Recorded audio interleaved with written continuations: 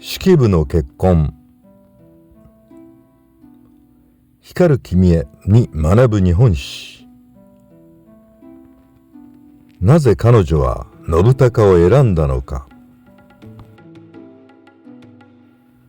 20代半ばを過ぎた紫式部は20歳も年上ですでに3人の妻がいる藤原信孝の求愛を受け入れて結婚した。なぜ紫式部は信孝を結婚相手に選んだのだろうか。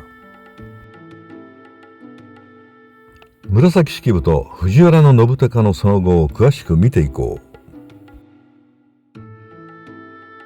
式部の父藤原為時は長く官職がなかったが、藤原道長が内乱に就任した翌年、越前守に任命された。式部をはじめ家族たちは喜びあったが、為時一人を赴任させるわけにもいかず、式部が同行することになった。為時と彼女は996年長徳2年、任地先の越前に赴いている。すると越前の式部のもとにはしきりに藤原信孝から求愛の恋文が寄せられるようになった。藤原信孝は父為時の友達で、式部とも昔からの知り合いであった。ところが関白道隆が亡くなった995年長徳元年、筑前守の任期を終えて都に帰った信孝は急に式部に熱心に結婚を迫るようになった。彼女の結婚については紫式部ともう一人の夫の動画で詳しく述べたように、彼女の結婚については一度説と二度説がある。いずれにしても20代半ばを過ぎた女性が独り身でいることは当時では不自然であった。しかし信孝が20歳も年上な上に、少なくとも3人の妻がいて、それぞれ子供がいることを式部は知っていた。藤原の明道の娘との間に長男高光、平の末彰の娘との間に二男頼信、藤原の朝平の娘との間に四男高助と五男明海。その他母親がはっきりしない三男範明と女子などの信孝には少なくとも五男一女の子供がいた。長男の高光はすでに式部とあまり変わらない年齢になっていた。信孝は派手好きで何事もあまり気にしない快活な性格であった。そのため信孝は式部に熱烈な恋文を送りながらも、その一方で参議で近江の権の守平の是中の娘の元にも通っているという噂が流れていた。紫式部は信孝から送られてくる大量の恋文を前にして結婚するかどうか思案に暮れたに違いない。彼女は信孝への返事に次のような歌を送っている。湖に友呼ぶ千鳥ことならば、八十の港に声絶えなせそ。近江守の娘にも声をかけているようで、そんなにあちこちに声をかけるのが好きなら、千鳥のように琵琶湖の港中を呼び歩いたらいいでしょうというような意味である。藤原信孝が一般常識をあまり気にしない人物だったことを示す次のようなエピソードが残っている。当時は貴族の間で吉野の金峰山に詣でる御嶽詣が流行っていた。身分の高い人でも質素ないでたちで参るのが常識であった。すると長男の高光と御嶽詣に出かけることになった信孝は、赤や青、黄色の派手な着物で出立した。1ヶ月後に無事帰ってきた信孝たちを知人たちは心配そうに迎えた。常識外れの派手な格好で出かけた2人に不吉なことが起こりはしないかと危ぶんだのだ。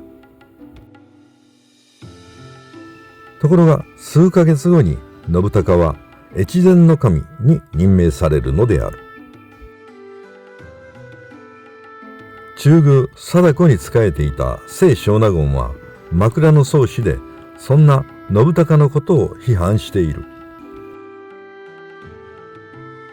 御嶽詣は質素ないでたちで行くのが常識なのに、派手な服装で行く信孝のような人は見たことがないと記述した。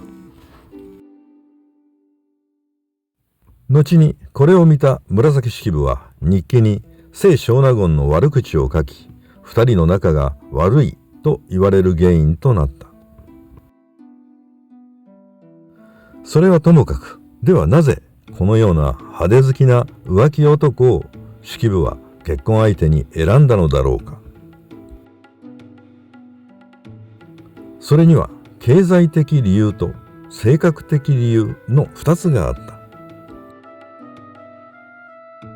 経済的理由とは、父の為時が越前守となって経済的に安定したことが挙げられる。当時の貴族は婿入り婚が主流で、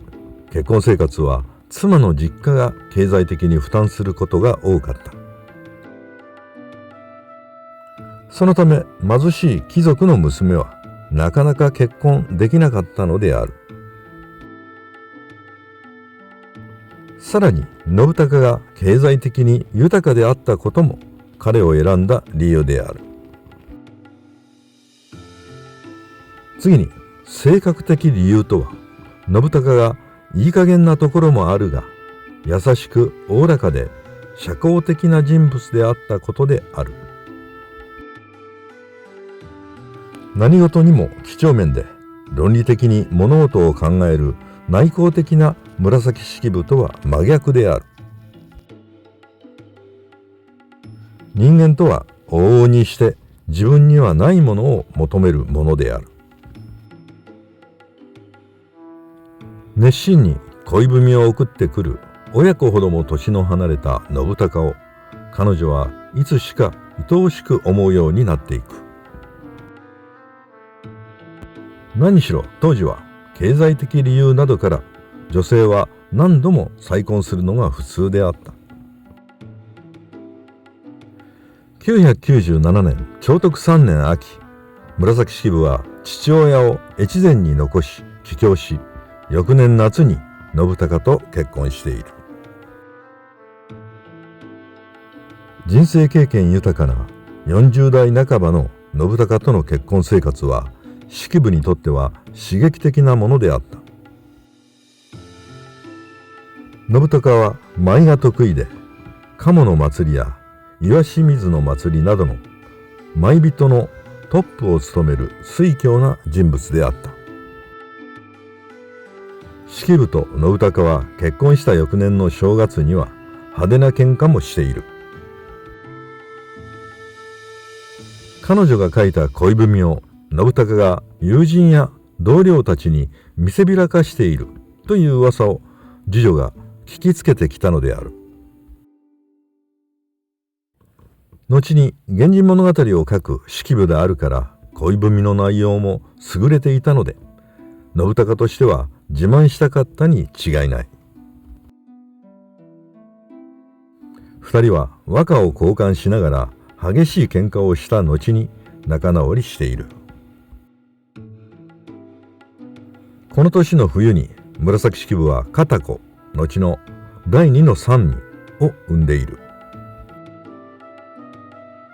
しかしそんな夢のような新婚生活も長くは続かなかった。当時は天然痘やはしかが流行していたが、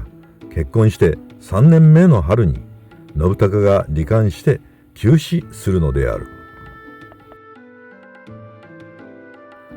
当時の葬送は夜行われたが、式部は暗い夜道を呆然と鳥部野に向かった。信孝の火葬される炎を見て、彼女は何を思ったのだろうか。紫式部はこの信孝の死をきっかけに源氏物語を執筆したと言われている。源氏物語の主題の一つが世の無常であることから、彼女が大きな喪失感を味わったことは間違いない。彼女はこの後、宮中へ上がり、シングルマザーとして強く生きながら源氏物語を執筆していくのである。